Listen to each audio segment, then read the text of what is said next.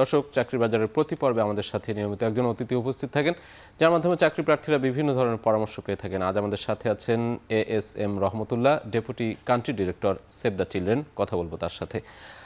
আপনাকে স্বাগত। অনেক ব্যস্ততার মাঝেও আপনি এসেছেন রহমত ভাই, এবং আজকে আমরা চাকরির অনেকগুলো নিয়োগ বিজ্ঞপ্তি দেখাচ্ছিলাম। প্রতি সপ্তাহে আমরা দেখিয়ে থাকি। আপনি যেহেতু বেসরকারি উন্নয়ন সংস্থার সাথে যুক্ত আছেন, আমরা যেটিকে NGO বলে থাকি, NGOর প্রতি মানুষের আকর্ষণ কেমন এবং এই চাকরির প্রতি এখনকার যে বাজার, এই চাকরির প্রতি আগ্রহ কেমন দেখছেন, কতটা আকর্ষণ তৈরি করতে পারছে এনজিওগুলো, একটু ধন্যবাদ।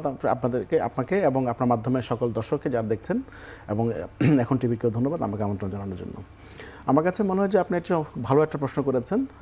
এনজিও সেক্টরের ডিমান্ডটা কেমন বা চাকরি প্রত্যাশীদেরকে কীভাবে আকৃষ্ট করছে। বাংলাদেশে আপনি জানেন যে কয়েকটা সেক্টর আছে চাকরির জন্য, তার মধ্যে এনজিও সেক্টর একটা প্রতিষ্ঠিত একটা সেক্টর বহুদিন ধরেই, এবং এটা স্বাধীনতার পর থেকেই এই সেক্টরটা তৈরি হয়েছে, এবং বাংলাদেশে এটা অর্থনৈতিক সমৃদ্ধি উন্নয়নের ক্ষেত্রে, চাকরি প্রত্যাশিত ক্ষেত্রে ভূমিকা পালন করছে। এবং এটা কিন্তু একটা সময় ছিল, একটা সময়ে খুব একটা চমৎকার ভালো একটা সেক্টর হিসেবে গ্রো করেছে। তবে বর্তমানে যেটা হয়েছে যে আপনি জানেন যে সারা বিশ্বে যে আপনার অর্থনৈতিক যে মন্দা এবং যে ফান্ডিং ক্রাইসিসের কারণে এখানে একটু শিথিল ভাব দেখা দিচ্ছে, এবং তারপরও এখন যারা যুবক, যারা ইয়াং, তাদেরকে স্টিল এটা আকর্ষণ করছে। যদিও এই সেক্টরের নিজস্ব একটা চ্যালেঞ্জের মধ্যে যাচ্ছে, চ্যালেঞ্জের থাকার মধ্যে দিয়েও এরা নতুন যে যারা চাকরিতে আসতে যাচ্ছে তাদেরকে আকৃষ্ট করতে পারছে। এখন পর্যন্ত এই সক্রিয়ভাবে সেটিকে আছে। একটু চলে আসি, এনজিওর দুটো ধারা আমরা দেখতে পাই, একটা আন্তর্জাতিক এবং একটা আমাদের স্থানীয় যে এনজিও।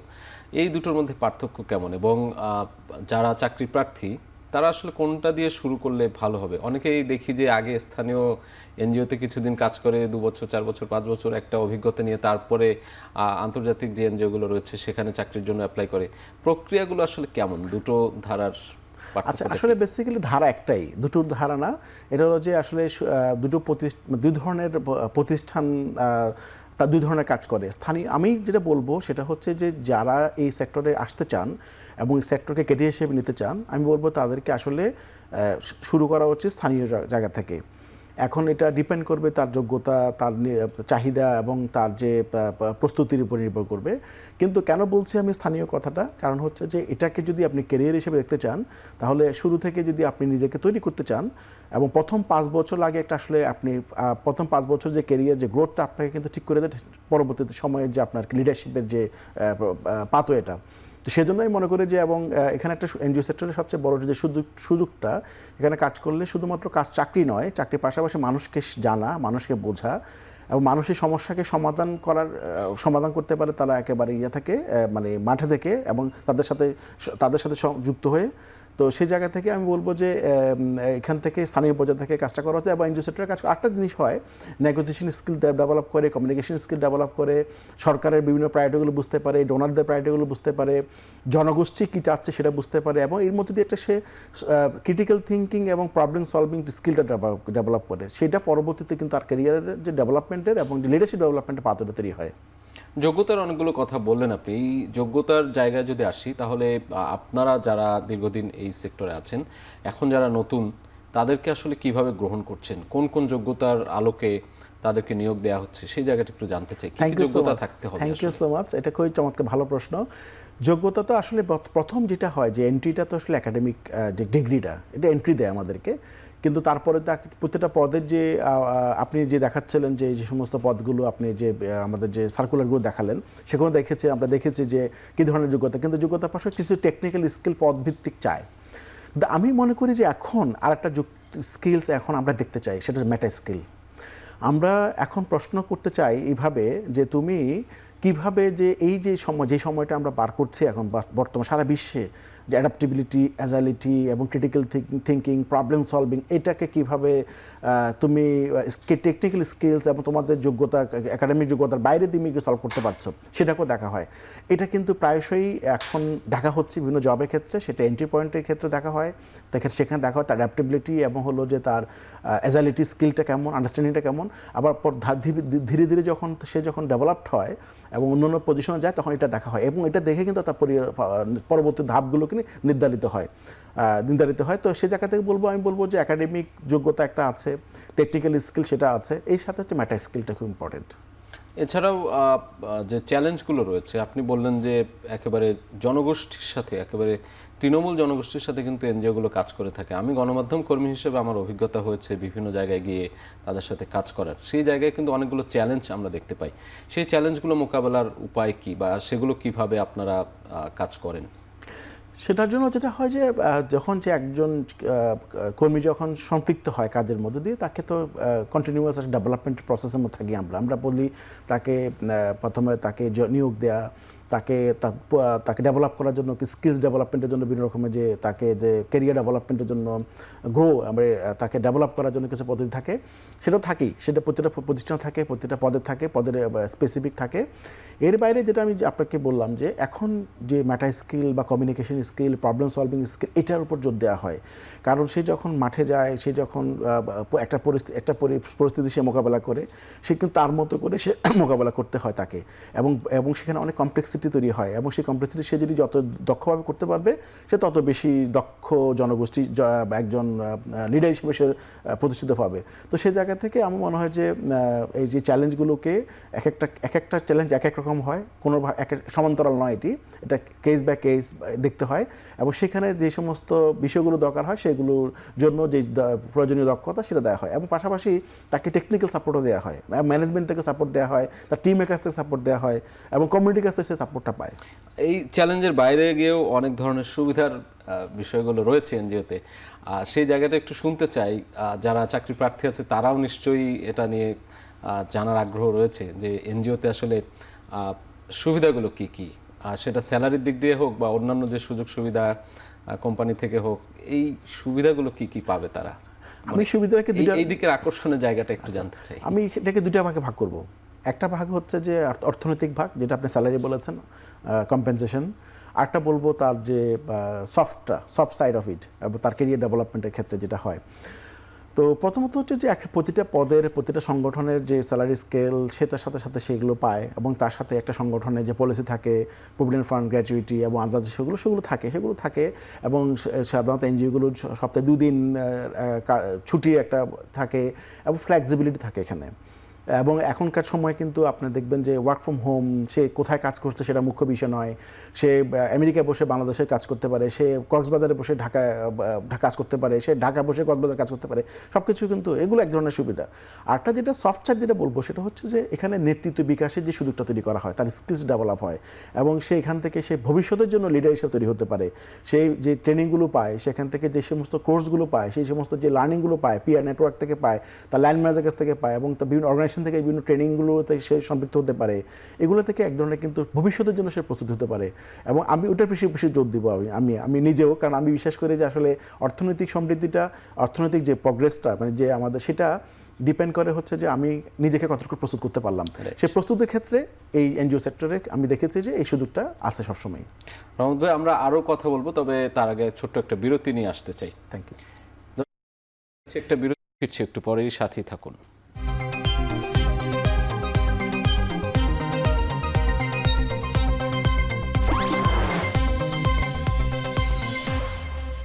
ফিরে এলাম বিরতির পর। আপনারা দেখছেন চাকরির বাজার।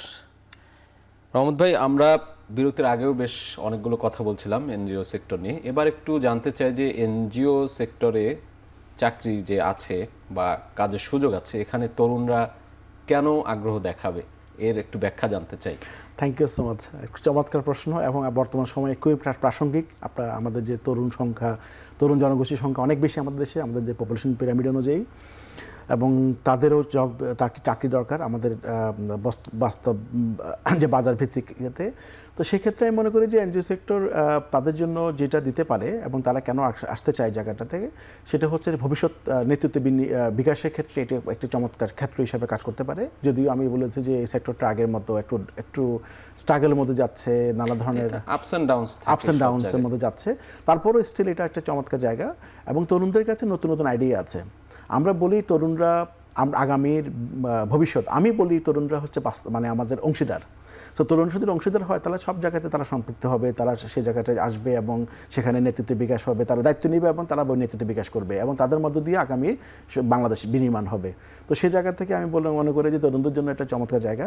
তরুণরা এখানে আসতে পারবেন, কাজ করতে পারবেন এবং কাজ শেখার সুযোগ আছে। এবং আমরা সবসময় তরুণদেরকে আমরা কাজ উৎসাহ দিই এবং আমাদের প্রতিষ্ঠানে পার্টিকুলারলি তরুণদেরকে কাজের পার্টিকুলারলি ডেভেলপমেন্টের জন্য আমরা নানা উদ্যোগ নিয়ে থাকি। এবং সেই জায়গায় একাডেমিক যে পড়াশোনার কথা বলছিলেন সেখানে কি কি বিষয়গুলোকে আপনার গুরুত্ব দেন?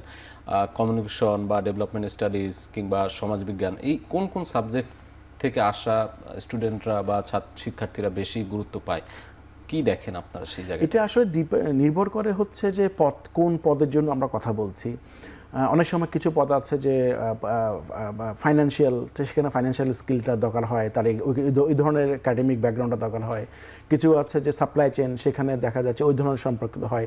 কিছু প্রোগ্রামে দেখা যায় যে সাধারণত সমাজকে, মানুষকে বুঝতে পারে সে এমন কিছু সাবজেক্টকে বলা হয় এবং স্পেসিফিক কোনো সাবজেক্টের এখানে কোনো বাধ্যকতা নেই। সেখানে সমাজবিজ্ঞান, অন্যান্য যে সমাজবিজ্ঞানের মধ্যে anthropology, sociology, political development studies কিংবা জেন্ডার স্টাডিজ এগুলো গুরুত্ব পায় সাধারণত, কিন্তু অন্যান্য বিষয়গুলো সমানভাবে গুরুত্ব পায়। এখানে স্পেসিফিকলি কোনো ইয়াকে করা হয় না, দেখা হয় সাধারণত হলো স্নাতক বা স্নাতকোত্তর ডিগ্রিটা তার আছে কিনা, এটা হলো একটা বিষয়। আর একটা বিষয় হচ্ছে যেটা আপনি সুন্দরভাবে বলেছেন যে কমিউনিকেশন স্কিলটা দেখা হয়, ক্রিটিক্যাল থিঙ্কিং অ্যাবিলিটি এবং প্রবলেম সলভিংটা, যেটা আমি একটু আগে বলেছি মেটা স্কিলটাকে এখন দেখা হয়। এটা টেকনিক্যাল স্কিলের থেকে প্লাস কিছুটা সম্পৃক্তি, এটাকে বর্তমান সময় দেখা হয় এবং এটা দেখার জন্য আমরা কিন্তু নানা ধরনের কিন্তু অ্যাসেসমেন্ট টুলস ইউজ করি এখনকার সময়ে। আমরা এনজিওতে চুক্তিভিত্তিক কাজও দেখতে পাই, বিভিন্ন প্রকল্প থাকে, একটা করে সময় স্বল্পমেয়াদী বা দীর্ঘমেয়াদী এক ধরনের। এই চুক্তিভিত্তিক চাকরিগুলোতে আসলে কারা বেশি সুযোগ পায় বা এখানে কাজ করার বিষয়গুলো কেমন থাকে? আসলে চুক্তিভিত্তিকটা ইদানিং বেড়েছে, আমি বলবো এটা সবসময় ছিল কিন্তু আগে থেকে এখনটা বেড়েছে because of this uncertainty of this funding commitment. তখন যেটা হয় যে একটা এনজিও সেই কমিটমেন্টই পাচ্ছে 2 বছর বা 1.5 বছর বা 3 বছর, সর্বোচ্চ 5 বছর এইরকম একটা, তখন দেখা যাচ্ছে তাকে চুক্তিভিত্তিক নিয়োগ দিতে হয়।